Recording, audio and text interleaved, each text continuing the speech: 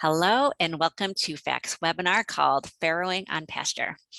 Our presenter today is the fantastic Mike Lewis from the National Center for Appropriate Technology, or NCAT. I am Larissa McKenna, FACT's Humane Farming Program Director, and I will be moderating the session. Thank you all for being here and joining us this afternoon. Let me take a minute for a few quick FACT introductions before we dive right in. Food Animal Concerns Trust, or FACT. We are a national nonprofit organization. We're headquartered in Illinois, but we do work with folks from all across the country. The organization works to ensure that all food-producing animals are raised in a humane and healthy manner. And we accomplish this by supporting humane farmers, such as yourselves on this webinar. Also by promoting policies that make food from animals safe and healthy to eat, and by helping consumers make informed food choices. My colleague Samantha, who you might see on the screen, and I run FACT's Humane Farming Program. And we work with folks like you, livestock and poultry farmers from across the country. We offer grants, scholarships, personalized materials, mentorship, experience, and of course, webinars on all sorts of topics. I do want to make a note that we are accepting applications for our Fund a Farmer grants through tomorrow, January 20th. So you might want to check that opportunity out and any of our other services at foodanimalconcerns.org/farmer. So at this time, I am just delighted to introduce our guest presenter, Mike Lewis. Mike is a sustainable agriculture specialist with the National Center for Appropriate Technology, or NCAT for short. He's a sought-after speaker, which we're really lucky to have him here today, who educates audiences on agrarianism, regenerative agriculture, farm safety, veterans in agriculture, and local economies. He's been recognized as a farm aid hero for his work with veterans and sustainable agriculture. So we are just so lucky to have him with us today. He's going to be sharing his experience and years of expertise about farrowing on pasture. So I think without further ado, Mike, I'm going to hand it over to you to get us started. Take it away. Thank you so much. Let me see. I'm thankfully not new to this Zoom thing, so just bear with me.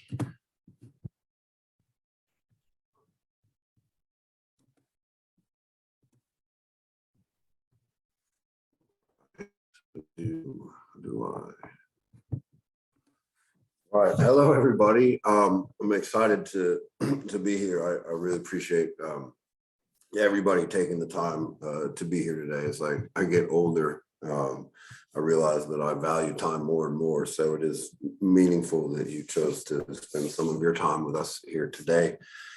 And I definitely want to acknowledge the folks from FACTS for putting this on. I think that NCAT's fortunate to be able to work so often with FACTS on these sort of educational series. So I do want to give a big thank you to them. And as you heard, I'm Mike, and I work as a sustainable agriculture specialist with NCAT.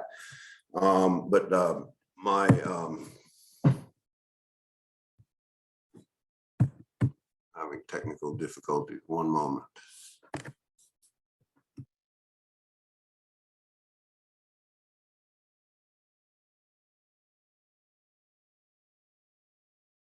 Okay, my apologies. For some reason, my slide wasn't advancing. Again, my family lives and farms the western foothills of the Appalachian Mountains in a small town of Livingston, Kentucky. We're a small diversified family farm. We raise a little bit of crops, some livestock, but one of the largest operations on our farm is a farrow to finish pastured pork operation. We have been breeding and raising pastured pork for about 12 years now. I do want to very quickly talk about, I apologize, I'm having issues advancing my slide within Zoom.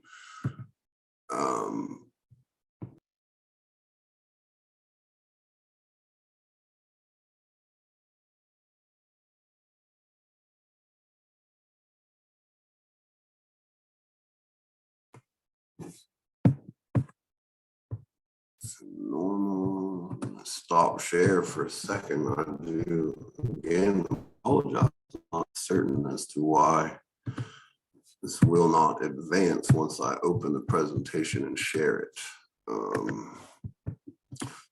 May simply, for the sake of time, just allow everybody to see it in non-presentation mode, if that's acceptable. So I do, again, want to talk a little bit about the National Center for Appropriate Technologies. We've been promoting sustainable living for over 40 years. We were established in 1976, and we're a national nonprofit with a mission of helping people build resilient communities through local and sustainable solutions that reduce poverty, strengthen self-reliance, and protect natural resources. Every day, NCAT staff works to help individuals find solutions that will ensure our children and grandchildren inherit a world with cleaner air and water, efficient and renewable energy production, and healthy foods grown with sustainable techniques. This slide up here gives you a snapshot of several of our programs. So really quickly, and adds the links into them. Our Arm to Farm program is our Veterans in Agriculture training program. Soil for Water is a peer-to-peer farmer education project that's working on educating farmers on how proper soil health can increase your soil's capacity to hold water. And most importantly to us is our ATRA project, which is our Sustainable Agriculture project. Quick overview of what we'll be talking about today. I do want to do a quick history and overview of pigs. We'll cover a little bit about confinement versus pasture, considerations for your pastures, what type of housing you should be looking for if you're going to be farrowing on pasture, animal selection, breeding considerations, animal health, and then we will have a brief question and answer after, well, as brief as it need be, or as long as it need be, I presume. I do want to talk a little bit about the evolution of the pig, mostly because it's interesting, and my son helped me do a little bit of research. So today's farm pigs actually originated from the European wild boar. The earliest mention that we can find of them in written text is in about 7,000 years before the Common Era was the first notation of them being domesticated. As you can see from this document here, this photo, the domesticated pig has a smaller head in proportion to the body, a mostly curled tail, less hair, and a thicker layer of fat than the wild boar relatives that they descended from. Now, it's important to note that though the physical characteristics have changed, the domesticated pig still has most of the behavioral traits of the wild boar. Two fun facts from my research with my son.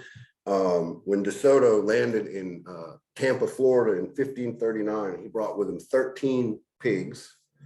And by 1543, the population in that area had exploded to over 700 pigs. So one of the benefits or downsides to raising pigs is that they are very prolific.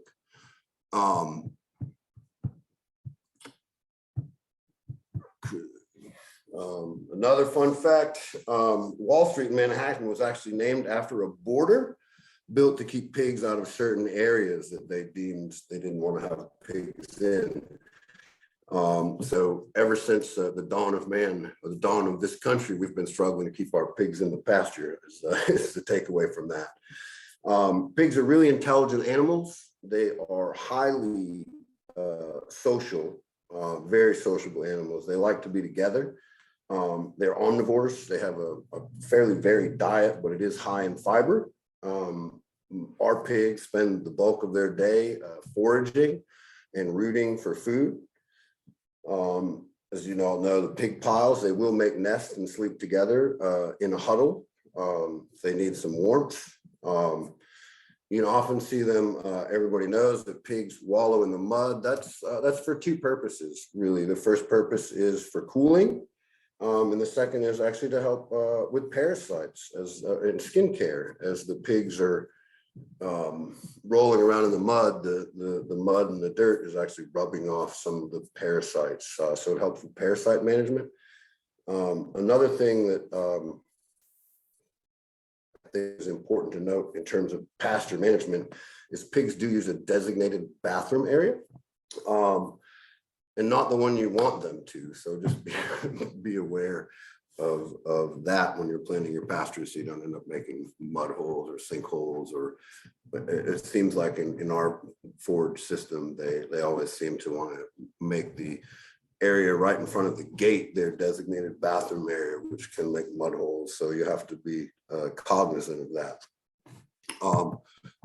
In terms of pigs on pasture versus confinement, today, roughly 90% of the pigs raised in the United States are raised in confinement. Most of those are on concrete floors. This is a really industrial production system, and in truth, something I am aware of, but I would not consider myself someone you would call if you had questions about this industrial production system. While it is more efficient and controlled, the pigs rarely will see the light of day and have no time or space for foraging or other natural behaviors. Your common commercial hog operations will have a very high startup cost, but they do, in many cases, provide a lot less variables and more consistency in terms of a pasture-based system. The other side of that is that we are seeing an increase, a big increase, at least from my work on a daily basis, in pigs being raised on pasture, which we of course think is good. I do want to maybe talk real quick about some of the benefits of raising pigs on pasture. There are a lot of them, but maybe I'll try to keep it to 3. We first and foremost, we feel that raising our pigs on pasture provides our customers with a better quality meat. And I say that in two aspects of better quality meat, both in taste and nutritional content, but also in a community sense. You'll see I put this quote on there from Liberty Hyde Bailey. And I put that quote in there. It's a book he wrote called This Holy Earth, if you're interested, if you're a book collector like me. But I put this in here because I think it articulates the point that to care for the earth and the creatures that share it with us is in fact an act of community. So from my family's perspective, pigs raised on pasture, it's better for them, it's better for the planet, and in turn, that's better for our community. The second reason that is on our list as a farm is that pigs help manage our land, and they can help improve our soil fertility. In our system, we use our pigs to help clear and maintain our forests, and sometimes we bring them into our gardens to help with tillage and fertilization. They are on our farm, they're an important part of our overall production system, and most of the time, if y'all raise animals, you understand the most of the time caveat there. Most of the time, they actually help us save time and money by doing a lot of our work for us. The final, I guess the third point I'll say is why I think this is important is the pigs get to be pigs. I hear from a lot of farmers in my area that pigs are, they don't want to raise pigs because they're mean and ornery, and they can be aggressive. And I would counter that if you're being raised in a scenario like you see on the left in the concrete, and you're locked up 24 hours a day, you are going to be pretty ornery. So pigs get to be pigs. They get exercise. This helps prevent stress, helps prevent other diseases. And if you rotate your pastures properly, keeping pigs on pastures can also really aid in reducing the parasite load of your stock, thereby reducing your reliancy on dewormers and other medications. So I want to move quickly into pasture considerations. I put this, when we started on our farm with pastured pork, about 90% of our pasture was made up of our fields and our gardens, and we were rotating feeders in and out of those. That's changed considerably for us over the last 5 years, as you can see from this image, and I apologize for my lack of technical skills in making things flashy, but I hope this is is doing the job that I intended it to for you. As you can see, the majority of our pastures are now in the forest. We do this primarily, and I guess we can talk about that a little bit when we get into the breeding section. But it's primarily because in 2 months out of the year, those sections where those paddocks are loaded with hickory nuts, walnuts, and numerous different types of oak acorns. So I put this in here. I'm gonna actually advance to the next slide because I tried to zoom in a little bit. If you see the small squares, the small red squares attached to those two paddocks, those are actually what we call our housing paddocks. Those paddocks are where the pigs sleep at night. It's where their housing structure is and where we feed and water them. Each of these paddocks varies in size between 1.5 to 3 acres. The only determining factor that we used for the size of the paddocks was our ability to run fence efficiently and safely without being on slopes or in runoff ravines. Our housing paddocks are actually field fence. The rest of those paddocks that you see out there emerging off those are actually 3 strands of polywire on a mixture of T-posts and wooden posts. We find that we're able to do a pretty good job managing and maintaining our hogs in the field with the 3 strands of poly. That being said, we'll move down here to the farrowing. If I'm assuming you can see my cursor. As I move down here to the bottom of this photo, you can see a big cedar tree next to that's actually a blueberry orchard, but that is our farrowing pens. We actually use pens for our farrowing, and as soon as our pigs farrow and the piglets are out, the piglets are introduced to electric fence. It is not we don't use the 6 joules. We actually use a poultry. We use 6 joules in all our perimeter pens, but in our farrowing pens, we just use a 3 joule solar, 0.3 solar poultry charger. We don't want to shock them a lot, but we want to teach them early on that that's a barrier that they do not want to pass. Because of that, we feel like we've been very successful.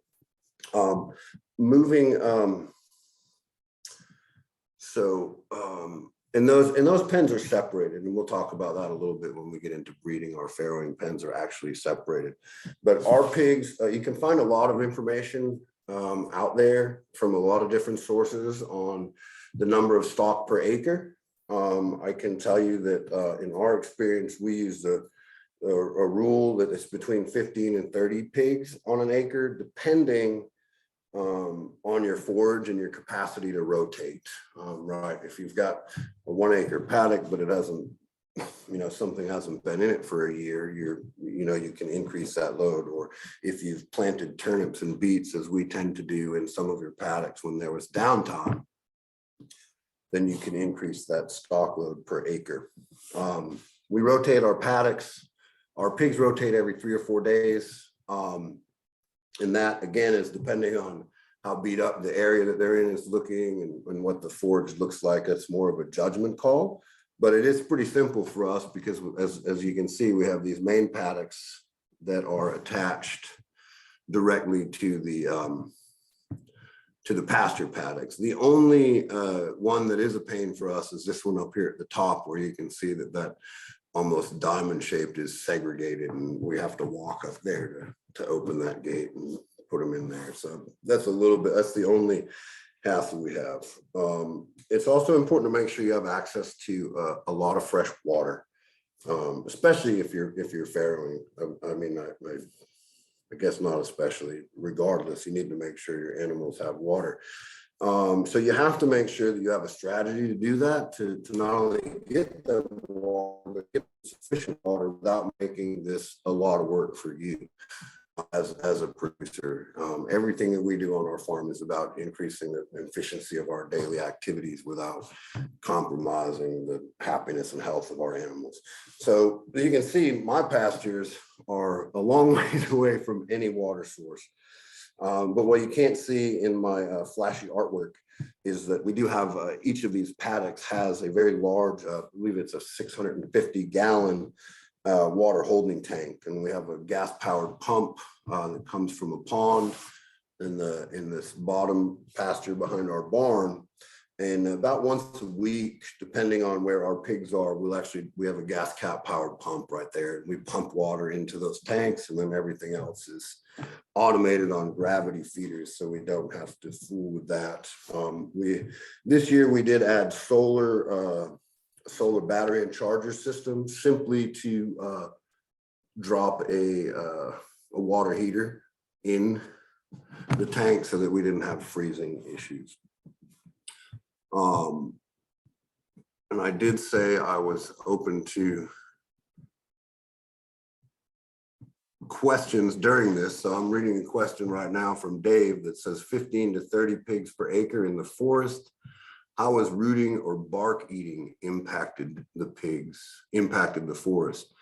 You know, we're cleaning out a lot of our forests and transitioning in more silvopasture for our cattle. As long as they have ample forage, we don't find them doing a lot of damage to the root structures and to the forest. Certainly we have been in situations where I've had to leave pigs in a half-acre paddock for 10 to 12 days, and then you'll start to see that damage. If there's not fresh stuff for them to root, then they are going to make an effort to do that. But typically speaking, we do not have an issue with that. And I'm happy to, if I, caveat too, my email address is back up at the top. And any questions that I raise, I find even when I'm talking to myself, I raise more questions to answer. So don't hesitate to email me any of your questions in the future. We do, as I said, my family's operation is a farrow to finish operation, which means that we raise our animals from birth to slaughter. It's not extremely common, but again, it is picking up a little more traction. But we do it because we feel like it gives us the advantage of having complete control over the quantity and quality of the pork we produce. But undoubtedly, the most difficult and time-consuming aspect of the farrow to finish operation is the farrow. For the first, right when those pigs are born, that's when the really challenging stuff comes into play. For the first 3 to 5 days, the piglet is very vulnerable to dying, whether it be from cold or crushing, infection, or even predators. We have a pretty good staff of farm dogs, so we have very minimal predator pressure on our operation. But regardless, a dead piglet is a big financial loss for a farmer. So most modern farms take the risk out of it by using these indoor farrowing crates.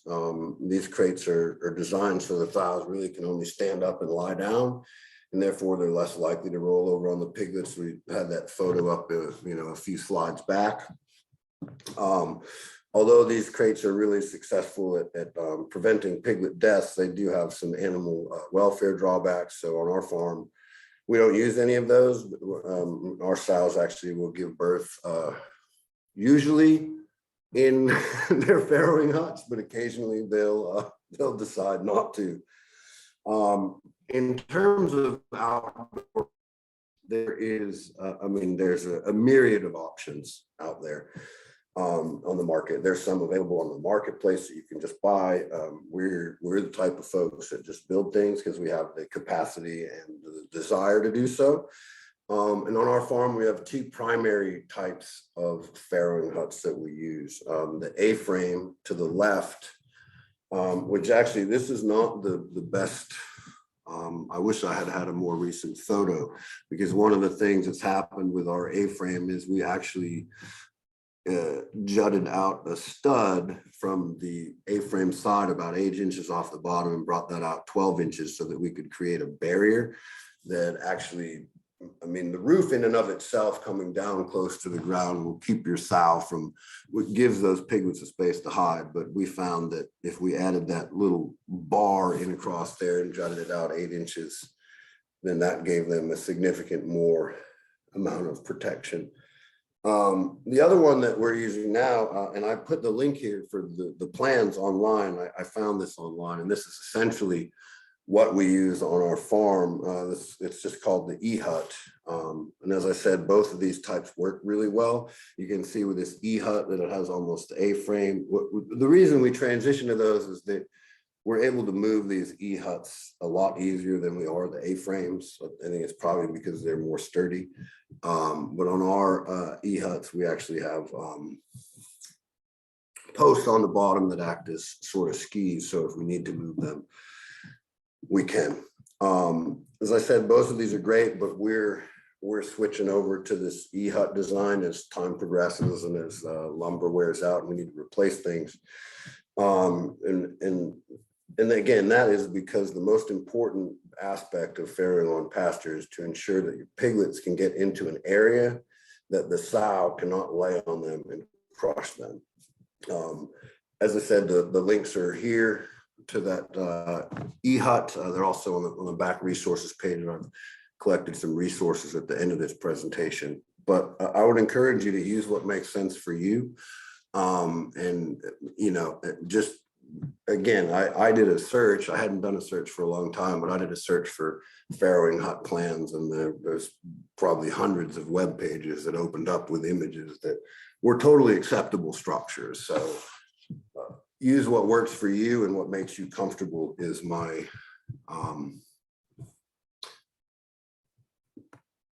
my information there. My recommendation there. You don't have to do anything you're not comfortable with. If the A-frame works for you, the A-frame will work for you. If you don't plan on moving your farrowing pens, then the A-frames will be great. Another thing that we learned that we really should have known, really in hindsight, is to take into consideration that things or manure, they roll downhill. So it's really important to make sure that your farrowing huts are placed as level as possible to keep things from sliding, so to speak. If you recall the image of our paddocks, which I can just back up right quick, and these are the 3 blue lines down here at the bottom. Those paddocks are separated. The reason those are separated, we keep our sows separate for the first 30 days after they farrowed. And this is because we learned over time that privacy for the mothers at that point in time was pretty important. Sows like to farrow, or at least we've found that our sows like to farrow in a secluded private place where other pigs won't bother them or their piglets. Therefore, we separated our farrowing pens so that every sow has her own space and there are no territorial disputes. I will also say most of the other farmers that I know and work with don't go to this extent, and they find that it works just great for them if they just have adequate space. You know, don't stack your farrowing pens side by side, is the just so there's a little bit of space. But just to add, we've never had a casualty on our farm due to overcrowding, but we've definitely seen a significant difference in their temperament and their attitudes when they don't have enough space at that point in their life. I think that's lately has been true with my children as well. The more space they have access to get away from each other, the better. So just ensure that there's enough space and don't crowd them. Again, we've never had an animal die, but we've had we've had some disagreements in the pastures that we didn't really feel like we wanted to have again, which is the reason that we separated them. Breed selection. I apologize. I'll take a look back at this. I'm not going to take a look back at those questions. That'll be way too distracting for me. I apologize. We'll get back to those later. One of the most dreaded questions that I get about our pigs is, what breed do you raise? And my answer is always, I don't know. I can't be 100% certain at this point in time. And that's primarily because we don't raise or breed a specific breed of pigs, but instead we're breeding for characteristics, how they're performing on pasture, how meat is marbling, what's the temperament of the animal. Other two big important factors is, do they respect the electric fence lines? That can be a huge problem, and we will undoubtedly send away about 20% of our farrowed hogs as feeder pigs, farrowed pigs as feeder pigs, just simply because they don't respect electric. And we can easily replace those with an Amish farmer or sell those to someone else that doesn't have that concern for us. And the last thing that we're breeding for is, it's the same thing, temperament. But I have small children, and they're getting bigger, but am I comfortable with my 11-year-old son walking into a paddock of pigs knowing that they have that right temperament? So one of the first lessons, though, that we learned when breeding is that a good sow is critical. And to give you sort of a definition of what I mean by a good sow, it just takes a lot of monitoring too, I will add. I mean, a good sow must be calm and careful when she's, in general, but specifically when they lie down. I don't know if any of you raise pigs, but some pigs will just plop down. Others will carefully lay down and pay attention. And that's a good indication that you're going to have a good mother. She's got to have good instincts and be able to make a comfortable nest for herself and her piglets. And then another thing, she's got to be protective of her litter, but not mean. And that's a good distinction, right? Protect those pigs, but don't attack me when I come in the farrowing pen. She needs to have ample number of nipples to produce a good amount of milk. You want to have healthy and good genetics to pass on to. One of the things that I can't express enough, and you'll probably hear me say it like 9 more times throughout this presentation, is that for us to do this and to make these determinations, it requires us to know our animals well and spend a good amount of time with them to understand if they're going to be a good fit on our system, because it's important that everybody gets along, right? Regarding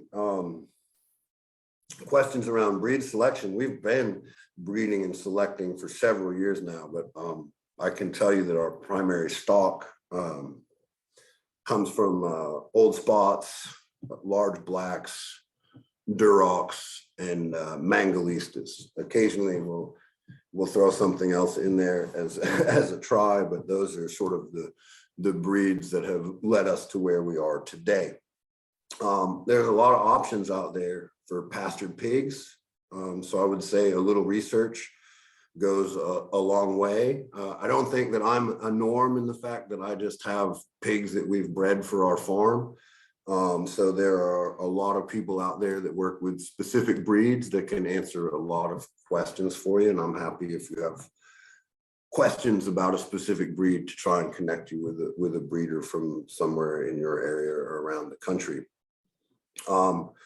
If I was making a recommendation today to a farmer that was just getting started, I think that my initial thought process would be for that farmer to look more to the Iowa pasture pig or the coon or coon, however they say that, as they have been specifically bred for pasture, and they are a lot more docile and a lot less destructive than other breeds.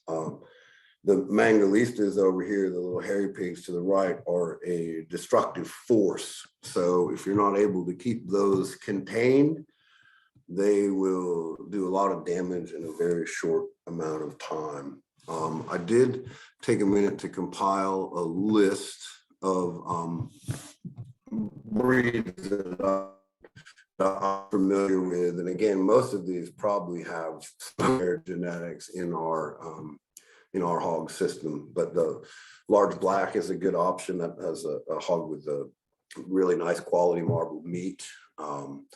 Red wattle, Tamworth, Duroc. I'm obviously a big fan of the old spot. Guinea hogs are another good option, as well as Hampshires. The thing to remember is all of these are heritage breeds that I've put here on this list, minus the Iowa number 4 and 5, the Iowa pasture and the coon, and those have been specifically bred for this purpose. But these animals are not going to gain weight and get to market as fast as a confinement pig that is force fed, force fed to get there.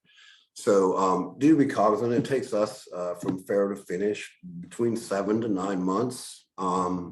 And that depends on the forage that we have available, also a little bit on the genetics side of things. But I would, as a good rule of thumb, plan on 9 months for that. So we'll move on to breeding and when to breed.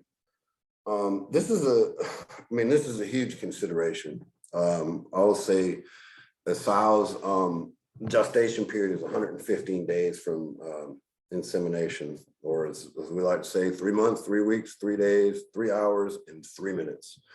These guys are like clockwork on our farm. I've added the link here, and it's also in the back.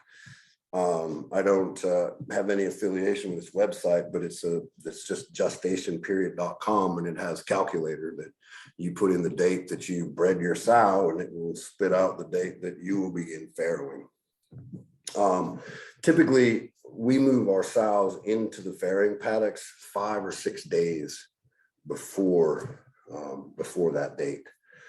While a sow can produce up to 3 litters a year, most pastured producers breed twice a year. In my experience, it's best not to push it for that third breeding. The sows have time to rest, can help reduce stress and keep your animals healthier and happier. I will say on our farm now, we have in the last 2 seasons gone down to farrowing once a year. This was implemented primarily with an abundance of acorn, hickory nuts, and black walnuts available for forage from August to November, so we can significantly offset our feed costs and produce a higher quality, more marketable meat product. We typically raise between 40 and 60 hogs per season, and prior to our transition to once a year, we would breed 2 or 3 sows twice a year, but now we breed 4 sows at the end of November. So when their food intake is increasing significantly, there's a lot of nuts and stuff for them to forage. This helps us keep our feed costs down. But again, I have the caveat that every system is different. Every farm is different, and that our system of once a year may not be the norm. As I said, most of the producers I know will breed twice a year. 3 big things to consider when to time your breeding. The first is how much pasture do you have, and what is the quality of the forage in it, right? I mean, you don't want to be overusing your pastures, and you also don't want to be breeding pigs when you don't have access to good forage for them for the duration of their lifespan, because you're going to be causing a lot of damage. You'll see some of those tree root damage that we were talking about a few minutes back with that question. How much time do you have to contribute to this? You know, as I said, the farrowing is, you know, that's 10 days where we're in the paddocks 3 times a day. Do you have the time to do that? You know, is 1 time a year better for you, or 2? And then the biggest thing is, what's the weather like? That's my 3rd point. You don't want to be scrambling to try and keep litters warm and dry if you're not set up for it. And quite frankly, we were set up for it, and we could do it. And if it happened accidentally, we could farrow over the winter, but we don't like to do it because it's more time and energy. So you have to take into consideration your local weather considerations, and make sure you time your breeding so that you farrow at the most opportune, easiest time for you to keep your piglets warm. For us in Kentucky, I can tell you that's early spring and early fall. And then I have the link to the gestation period is there. And I know that I talked a little bit about privacy being important, but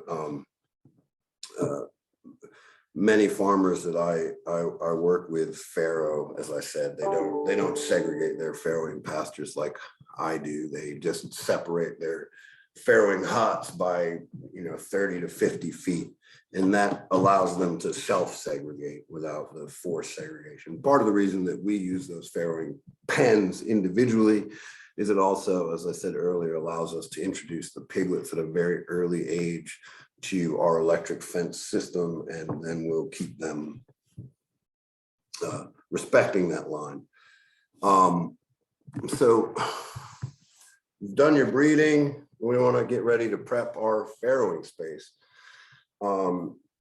It's important. The first thing is like install clean and dry litter in the farrowing hut before you move the sows into there.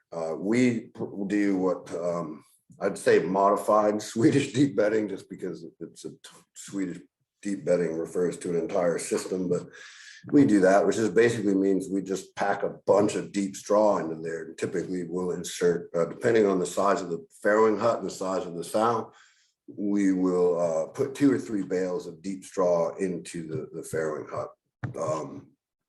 Typically, we add additional bales every couple of days, depending on how compressed or dispersed the bedding has become due to the litter activity.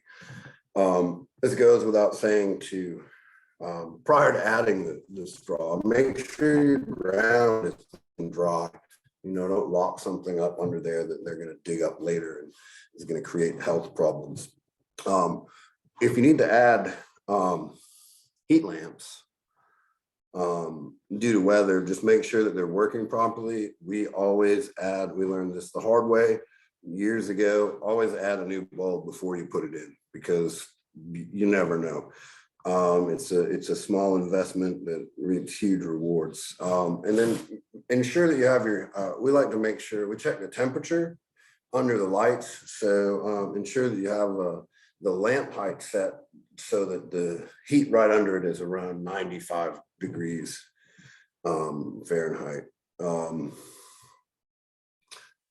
And that's on the surface of the space where the piglets will bed down. And you can, it's pretty easy to use a simple thermometer to do that. Second, in terms of preparation, is check in with your sow and see how she's doing, and ask her if she's ready to farrow. Again, we don't do a lot of checking just because it's sort of calendar based for us. We know when we move the boar in, we know when we move the boar out, so we know within a few days. But guarantee she's in the correct condition to be ready to farrow. Now, typically, I think that's like around 18 to 19 millimeters in terms of dilation. If you are vaccinating, make sure that you've done it according to your farm sow vaccination schedule. And then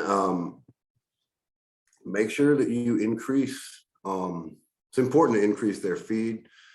We increase our feed about 6 days before 5 to 6 days before we're expecting them to farrow. We will increase their feed to 4 to 6 pounds per day. The variance in the 4 to 6 pounds is determined by the size of the sow. And after you've moved the sows in there, you just monitor them daily. I mean, I can't say that enough. Walk with them, see how they're doing. Let's see, monitor. After you've moved your sow into the actual, I mean, if you're moving her, some farmers I know just have them, they don't move them into a farrowing pen, but once they're ready for farrow and you have their paddocks ready, that's when you really have to start being attentive to evaluate the sow and ultimately the piglets, at least daily. On our farm, the first couple of days, we're out in the farrowing pens at least 3 times a day. And gradually that reduces to once a day as we feel more comfortable with the situation. I just want to make sure, I've got a note here to mention that it's important to ensure that the ambient temperature in your hut is between 70 and 75 degrees. One of the big things when you're evaluating your piglets in the hut is that make sure that they're laid out evenly and they're not piled up. If they're piled up, you may need to find a way to increase the warmth of your hut. And when you're watching and listening to them, pay attention to the noises they're making. You can tell a lot about their health and wellness just by observing their daily activities and how they interact with each other on a daily basis. So I think I skipped a slide. I apologize. We'll just keep rolling with it. And then the fourth thing is to work. It's important to work to reduce stillbirths. And in all honesty, we do not have a huge problem with this on our farm. And so therefore, what I'm going to share with you is more knowledge that's been passed on to me than what I have a lot of firsthand experience with. But I felt it was an important thing to address for some of you who may be newer to farrowing pigs or introducing new pigs into a farrowing system. And I think the first, what I'd like to do is just sort of give you an overview of some of the factors, the leading factors that can increase stillbirths. And the first being high parity. And again, we've talked about how we eliminate that on our farm by not overbreeding and not trying to push the breeding cycle. If the sow doesn't receive proper rest between gilts, this can impact the live birth weight of piglets. So as I said, we don't exceed 2 litters per year. In the past 2 years, we've only once had more than 1 litter a year, and that was by accident. Well, not by accident. I'm pretty sure the boar intended to do what he did, but by accident on us by not recognizing what was happening. Overconditioning is important to stillbirths as well.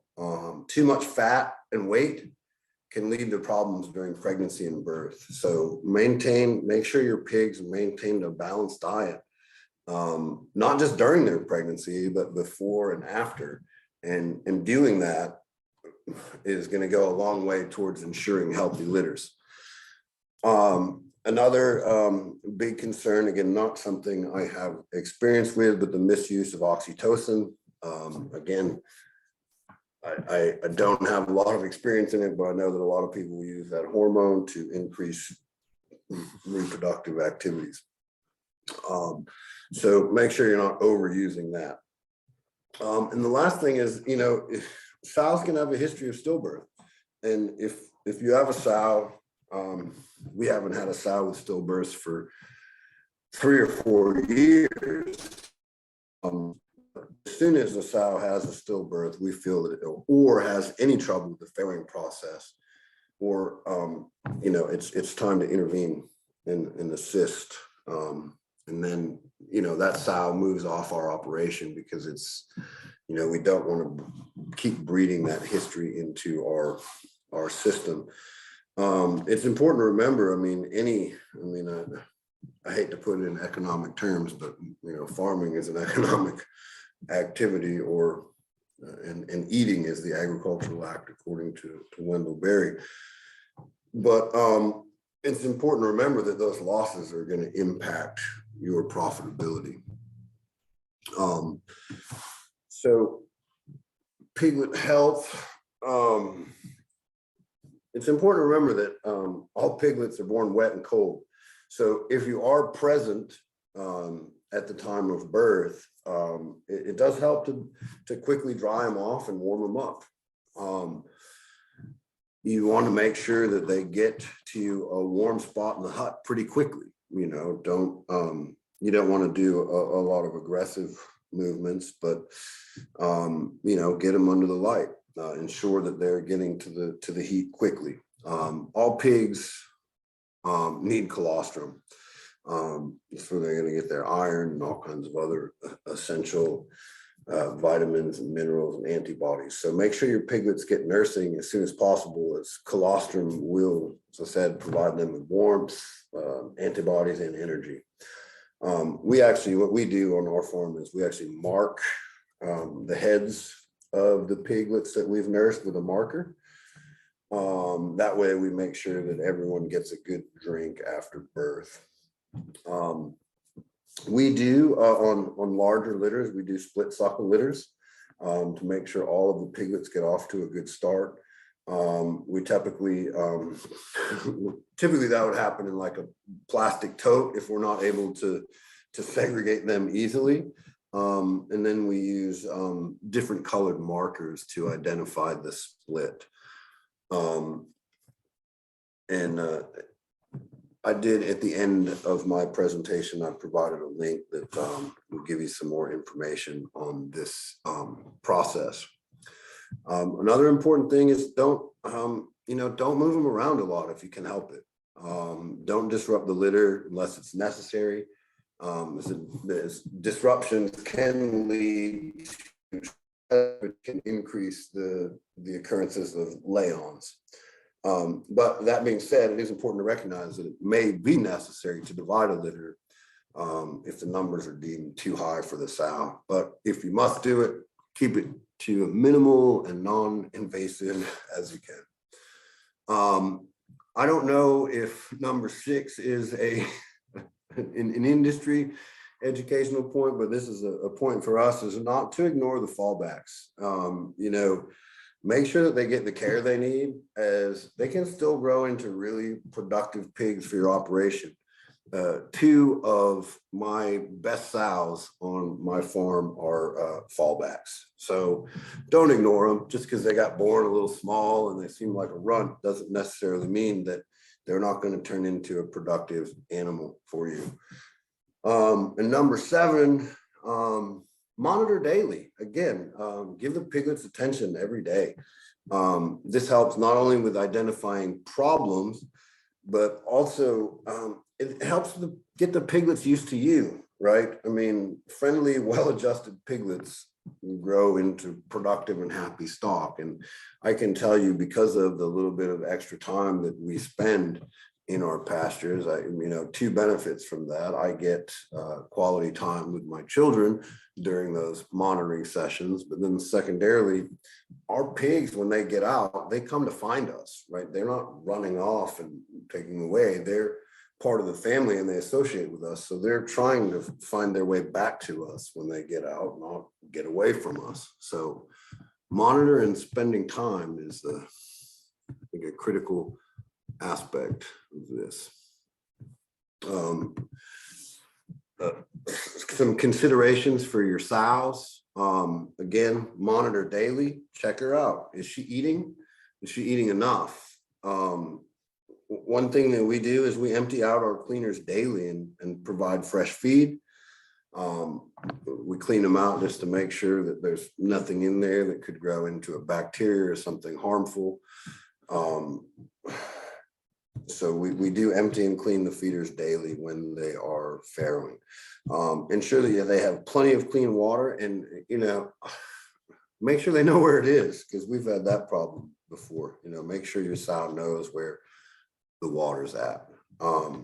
It's important to monitor her manure and ensure that she is passing it through her system. And over just check her udders and make sure that they're functioning properly. One of the things that we do almost immediately after farrowing is we try to get the sow out for a walk.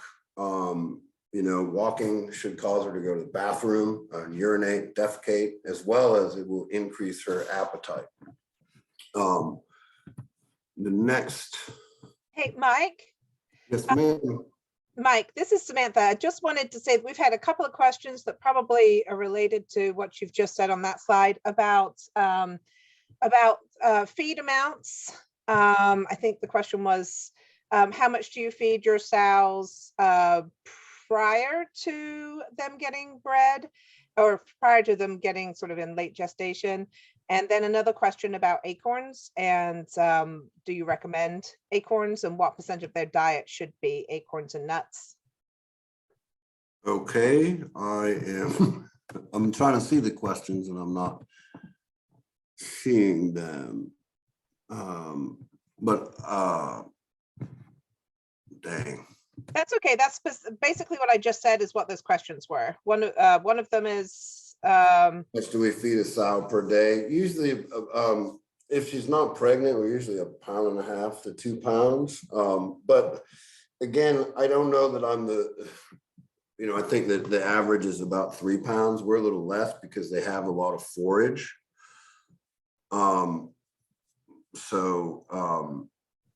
They do that. In terms of the acorns, we do, I recommend acorns. It's a great source of protein for your pigs, right? That being said, if you don't have them falling off trees, it's kind of hard to access acorns. And I wish I could see that question, so I make sure that I'm getting it 100%. If you scroll up, it's the fourth question down. It's from Dave. Oh, you can see my screens. Oh, this is my first time on Zoom. I said that, didn't I? Did you go to Q&A? If you go to the Q&A at the bottom.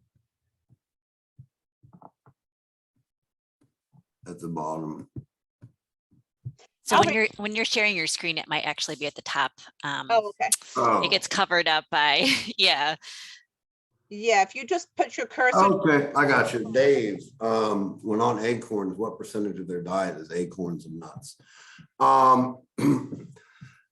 That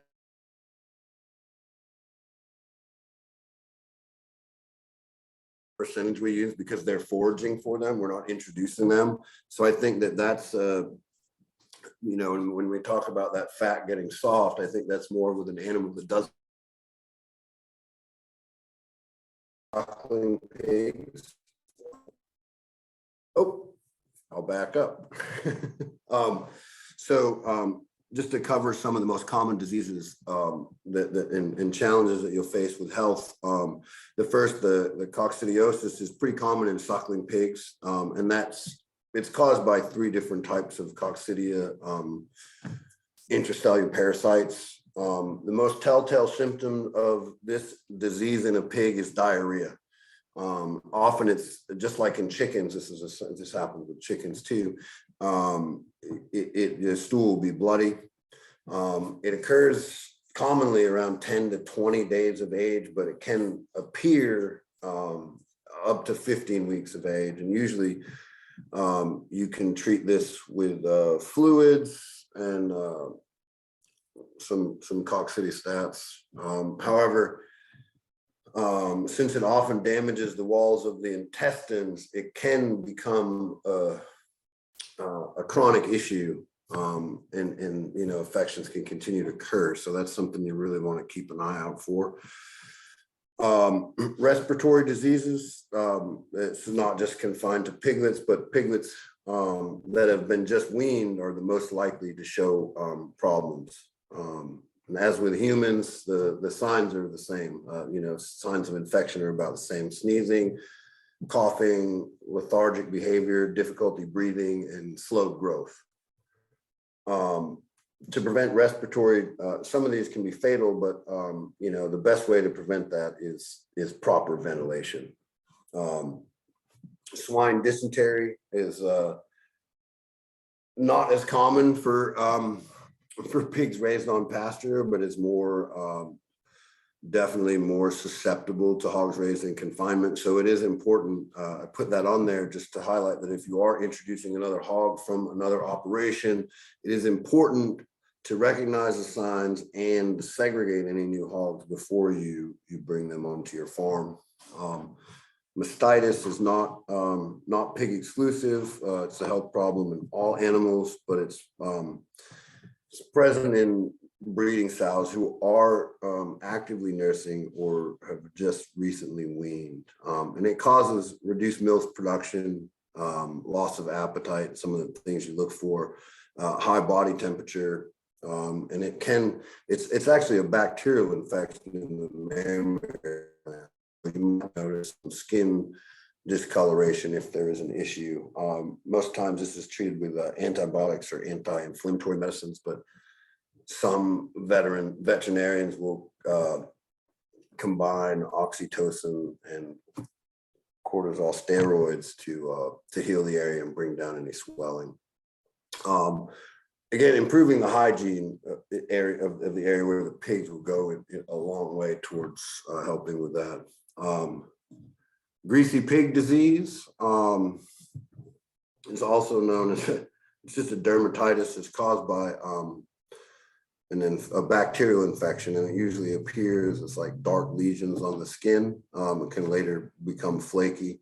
Usually treatable with skin salves, but because this does manifest in young piglets prior to weaning, if you're concerned with this, one of the things that you can do is perform a teat dip both pre and post farrowing.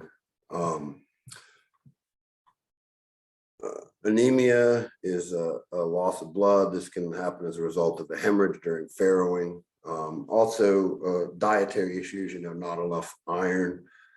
And in commercial operations, they will typically inject 150 to 200 milligrams of iron within a week of birth, and then administrate iron shots as needed. But again, our animals are outdoors, and we don't see a lot of challenges with that. That's everything I have prepared. So I'm on to questions and resources, and I can stop my share. Stop share, and I will turn on my video. I'm happy to answer some questions. I hope that was helpful, and I didn't raise more questions than I answered, which is usually what happens when I talk to myself. So. Thank you so much, Mike. No, I think this is a great start. There were a ton of questions that came in, and unfortunately, I think you and Samantha might be the only ones that can view them because my internet went out momentarily, so everything got erased on my end. So I apologize for that little fluke. We all have those things apparently happen to everyone. But so the Q&A will probably be on the bottom of your screen now, and there should be a bunch of them. Let me actually, while you're reading through those, Mike, let me take this poll. I have a poll for folks before we get any further. Let me just launch it and just give us some feedback so far of this session, if you wouldn't mind. And Mike is looking through the questions, and we'll be able to answer, take another 10 minutes or so for questions. Well, I can just start at the top. What is the low temperature like in your area? Right now, it's really low. But how is the heater working for you? We don't, Sarah's question, we don't really use heaters because we make sure that we time our farrowing, our births, so that we know that it's going to be warm. So lows down here. I mean, this week we're going to be at 6 degrees this coming weekend for a couple days. But we decided early on that we didn't want to keep using heat lamps and heaters, so we just made sure that we were introducing the boars and the time that gave us that. And I guess I'll just move right down through these if that's all right. What piglet mortality rate do you have? What do you think is acceptable? I think nothing is acceptable, but I have small children that get heartbroken when something like that happens. You know, I think acceptable, I would call 3 to 5%. I would be upset if I got up to that level, but you know, I think industry wide, I think 8 to 10% is probably a pretty good rate. But we think, you know, with the systems that we're using and the way we raise them, you know, I don't like to lose pigs, and we'll go to extreme extent to save them. Carly asked, do you keep the farm dogs in the pens with the hogs? That's, you know, that's kind of up to the dogs. If I'm being honest, sometimes the dogs will go in and sometimes they won't. But they're certainly comfortable in there, in that pen with the pigs, and the pigs are mostly comfortable with them. One of our smaller dogs likes to get in there and play with them, which we have to watch that. But the dogs are free to go in or out as they please. And they're able to jump the 3-strand electric pretty easily. How do you manage? Actually, Mike, Yeah. Sarah had a follow-up question about the heaters. She was actually talking about the solar water heater. Oh, Not the and that's what I guess that's the hard part when people are asking questions on the slides and we don't know what slides they are. So when you leave for the questions till the end, that's sort of what happens. So sorry about that, Sarah. okay. I meant the solar hot water heater. So the original question was, how do I find the heater? No, the original question was, let me find it for you. What is the load temperature like in your area? How is the water heater, or how is the heater working for you? I am in Minnesota. And she was talking about the water heaters, not putting heat lamps on her piglets. Okay, I do apologize. I got you Sorry, now. Sarah. So, it works 90% of the time, Sarah. You know, and 10% of the time I'm pretty upset. We are in the process. I've just ordered some outside electric line about 1,500 feet, so we're able to run electric up there full time. I believe that the solar would work great if I was willing to cut down a walnut and a tulip poplar tree. But I decided against that and decided to just order electric line, and I hope that answers that. And if not, then please just shoot me an email. And then what outside temperature warrants a heat lamp? Yeah, increase of fire. Good point, Parker. That is a very good point. I would say that, you know, when we farrow, we're typically at 55 to 60 degrees. Some nights it will get down to into the 30s, but we don't currently have heat lamps. If we need a heat lamp for our sows and piglets, we typically will move them into the barn for a night or two. So you are that's a great point.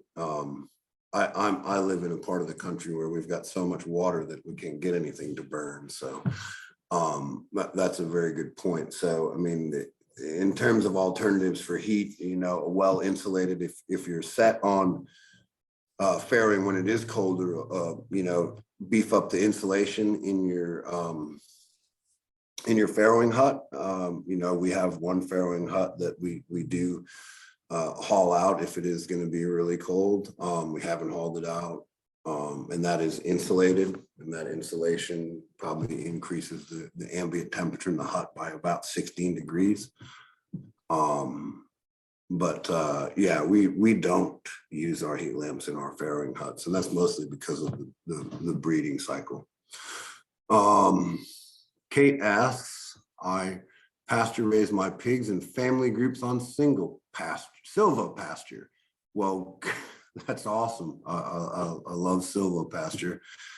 I have not experienced issues with pigs damaging my trees. My biggest struggle have been birth to butcher time for clients. There seems to be less of a guarantee on projected growth. I would pose back a question to you, I guess, and I know you can't answer me, but I guess what type of hogs are you breeding that you're not able to project your growth rate out within a 15 to 30 day window, or is the client more demanding than that? That's probably one of the best to shoot me an email on, Kate, and I'm happy to talk through that with you, because your question raises about 5 questions for me. So Kate just wrote back in the chat. She says large black crosses. Okay. Your large black crosses are you about 9 to 10 months? Yeah, I think it's probably better if we connect outside of this, just because I probably could ask 6 or 7 other questions. What are you foraging them on? Are you able to increase your feed to, because sometimes it's that simple. Just increasing your feed by 10% could increase your harvest date by a significant amount of time. Mike, I'll go ahead and share your email with Kate so she can get up with you later. Okay, great. Yeah. Yeah. So Ann Hankins asks, how big of a concern is disease transmission from larger confinements within 2 miles? I would be concerned, but it's probably a couple questions I would ask back to you, Anna, is what's the terrain like? 2 miles distance, if we're in Iowa, is a big concern. 2 miles distance, if we're in Eastern Kentucky, where I live, there's probably 25 mountaintops or hollers in between us. So if you're on flatland, I would have some concerns and probably think about what I was doing to out flat. Yeah. That would concern me, but I don't know what your feelings are on vaccinations and medications. We don't use them on our operation unless we absolutely have to. It means we're going to lose an animal if we don't. But I would definitely have cause for concern. I wouldn't say don't raise pigs, but you're going to have to be a lot more attentive and pay attention to what's going on and watch for early signs of diseases. Let's see. How does the reintroduction of the sows go? Any tricks? April, I'm really spoiled because most of our sows we've raised from a baby, and they are, for all intents and purposes, they think they're dogs. So never had a big problem with reintroduction, and I don't have any tricks for you. I'm sorry. I wish I was better at that one. We've had issues with this, Ryan message. We've had issues with this when integrating into holding groups. There's sometimes significant fighting. Yeah, our sows, like on average, our sows will stay on our farm for 3 to 5 years. So it's not like we're introducing a lot of outside stock. The only time we introduce an outside pig is in the case of a boar. So they all know each other and they're all pretty comfortable. In the case of our sows right now, I think 3 of them are sisters, and they've all been together. So even when we separate them, they're not really separated. And I hope that's a helpful answer, a helpful non-answer, I believe I just gave. So Sarah asks, how do you offset the cost of feeding year round if you only farrow 1 time a year? I charge 3 times as much. No. Well, we're keeping 4 sows on average throughout the winter. And we grow a lot for them. I mean, is the truth. And a lot of those paddocks you saw, as we wrap them up, we'll go back through and sow turnips and other fodder crops in there. You know, that, and we do get a little bit of a premium just based on the fact that we're raising these pigs in woods, they're in pasture, and you know, so we do get a little bit more, but it is often a point of discussion in our household finances when we're not doing it right.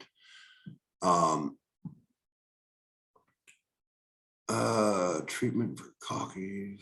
Some folks used Corid, but there are vitamin B absorption issues with that route. I'm not the guy to ask that, Christy. But I'm going to make a note right here to get you an answer. I know you are correct that there are absorption issues using Corid. But again, you know, I feel like every time I talk to a hog farmer, I feel spoiled because we don't have a lot of these challenges. And I think that simply goes down to our pasture management and the fact that our pigs are outdoors. But I'm happy to dive deeper into that question for you, Christy. And Mike, I just wanted to add to that, that I think with coccidia, with it, no matter if it's pigs or cows or, you know, calves or whatever it is, the prevention or you know, chickens or whatever, prevention is the best way to handle coccidiosis. Oh yeah, don't let it happen to begin with, and that's, you know, that's what we've been. I don't want to say we're good at it. We've just been fortunate to be in that situation. Do you find that boars fight each other? I have to separate them. How about sibling songs, bickering or calm? We typically will only have one boar at a time on farm.